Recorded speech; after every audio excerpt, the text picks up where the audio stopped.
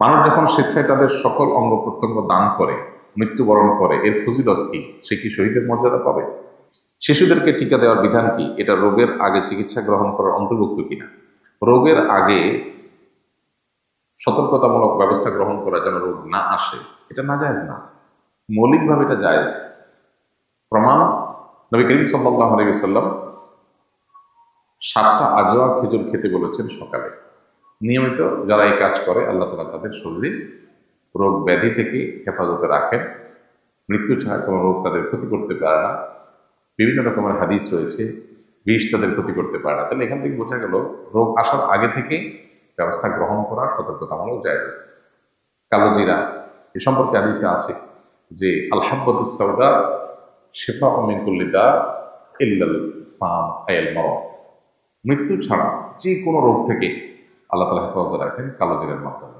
অতএব এটা তো রোগ হওয়ার আগে থেকেই গ্রহণ করার কথা বলা হয়েছে। সো এখান থেকে বোঝা যায় যে রোগ হওয়ার আগে থেকেই ব্যবস্থা গ্রহণ করা নাজায়েজ না। সেই দৃষ্টিকোণ থেকে টিকা গ্রহণ করা মৌলিকভাবে নাজায়েজ কাজ না। কিন্তু আমাদের দেশে প্রচলিত যে টিকাগুলো আছে এগুলো নিয়ে নানান আলাপ আছে। একটা প্রসিদ্ধ অভিযোগ আছে যে, এবং সে অভিযোগের ভিত্তিও আছে, যে পৃথিবীতে গরিব অভাবী তৃতীয় বিশ্বের যে দেশগুলো আছে এই দেশগুলোতে অনেক ঔষধপত্রের পরীক্ষা নিরীক্ষা চালানো হয়, অনেক টিকার পরীক্ষা নিরীক্ষা চালানো হয়, যে মরলে গরিব মরে যাবে। এগুলো পৃথিবীতে সভ্যতার ভেগধারী, মানবতার ভেগধারী যে ভণ্ডরা আছে, প্রতারকরা আছে, তাদের কাজ। তাদের মুখরোচক কথায় আমরা ভুলে যাই, কিন্তু তাদের এই শয়তানিগুলো আমরা দেখো না দেখার ভান করি। তো সেই কারণে আমাদের সন্তানদের কোনো টিকা গ্রহণ করার আগে ভাবা উচিত, দেখা উচিত এই টিকাতে আসলে কি আছে। বিশেষ করে অনেক টিকা এগুলোর পেছনে ইসলাম বিরোধী যে মেকানিজম আছে সে মেকানিজম সম্পর্কিত অভিযোগকে একেবারে উড়িয়ে দেওয়া যায় না। এ সম্পর্কে যারা খুব বেশি ডিপ ঘাটাঘাটি করেছেন, পড়াশোনা করেছেন, তাদের কাছে যথেষ্ট তথ্য উপাত্ত আছে। সব কথা আসলে পাবলিকলি বলার মতো না। এই জন্য এগুলো যাচাই বাছাই করা, সতর্ক হওয়া খুবই গুরুত্বপূর্ণ কাজ। তবে এর মানে এই না যে টিকা গ্রহণ করা মৌলিকভাবে নাজায়েজ। শহীদের মর্যাদা এত সহজ না। কেউ জীবদ্দশা বললো আমি মরে গেলে আমার কিডনিটা, চোখটা, অমুক তমুক অর্গান দান করে দিলাম। কিসের জন্য? অমুক মেডিকেলের জন্য, অমুক মেডিকেল কলেজের ছাত্রদের জন্য। প্রথম কথা হলো, মেডিকেল কলেজের ছাত্রদের জন্য মানব দেহের কঙ্কাল, বিভিন্ন অঙ্গ প্রত্যঙ্গ নিয়ে পরীক্ষা নিরীক্ষা করা, মানুষ মারা যাওয়ার পর তাদের সে সমস্ত অঙ্গ প্রত্যঙ্গ নিয়ে পড়াশোনা করা, স্টাডি করা, এই কাজটাই জায়েজ নেই। তাহলে মানুষ শিখবে কিভাবে? কারণ এইগুলোর বিকল্প বহু আছে। এখন পৃথিবীর অনেক উন্নত দেশে পর্যন্ত এখন মানুষের কঙ্কাল, মানুষের রিয়েল কঙ্কাল এটা না দিয়ে তারা প্লাস্টিকের তৈরি কঙ্কাল দিয়ে তারা শিখছে। হুবহু ওই অর্গানটাই প্লাস্টিক দিয়ে তৈরি করে তারা সেখান থেকে শিখছে। তো এরকম বিকল্প যদি থাকে তাহলে সেক্ষেত্রে বিনা প্রয়োজনে মানবদেহের এই কাটাছেঁড়া, মানবদেহের এই ব্যবহার ইসলাম নিষেধ করে। কেন? কারণ মানুষকে সম্মান দেওয়ার কথা, মর্যাদা দেওয়ার কথা বলে যারা বুলি হাওড়ায়, তারা জানে না যে ইসলাম মানুষকে জীবিত থাকতেও মর্যাদা দিতে বলে, মৃত্যুর পরও মানুষের শরীর দেহের মর্যাদা দিতে বলে, সম্মান করতে বলে। অসম্মান হয় এমন কিছু করতে নিষেধ করে।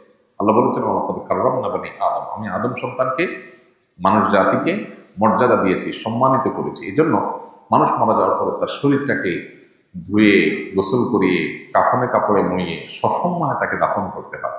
এমনকি সে যদি কোনো খারাপ মানুষও হয়, অপরাধীও হয়, মারা যাওয়ার পর তার লাশ কাটাছেঁড়া করা, অপমান করা ইসলাম নিষেধ করে।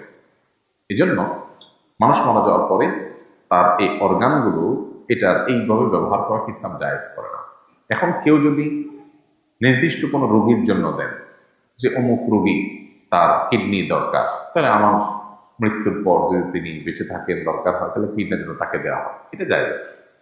এটা জীবদ্দশায়ও দেওয়া জায়েজ আছে, মৃত্যুর পরেও জায়েজ আছে।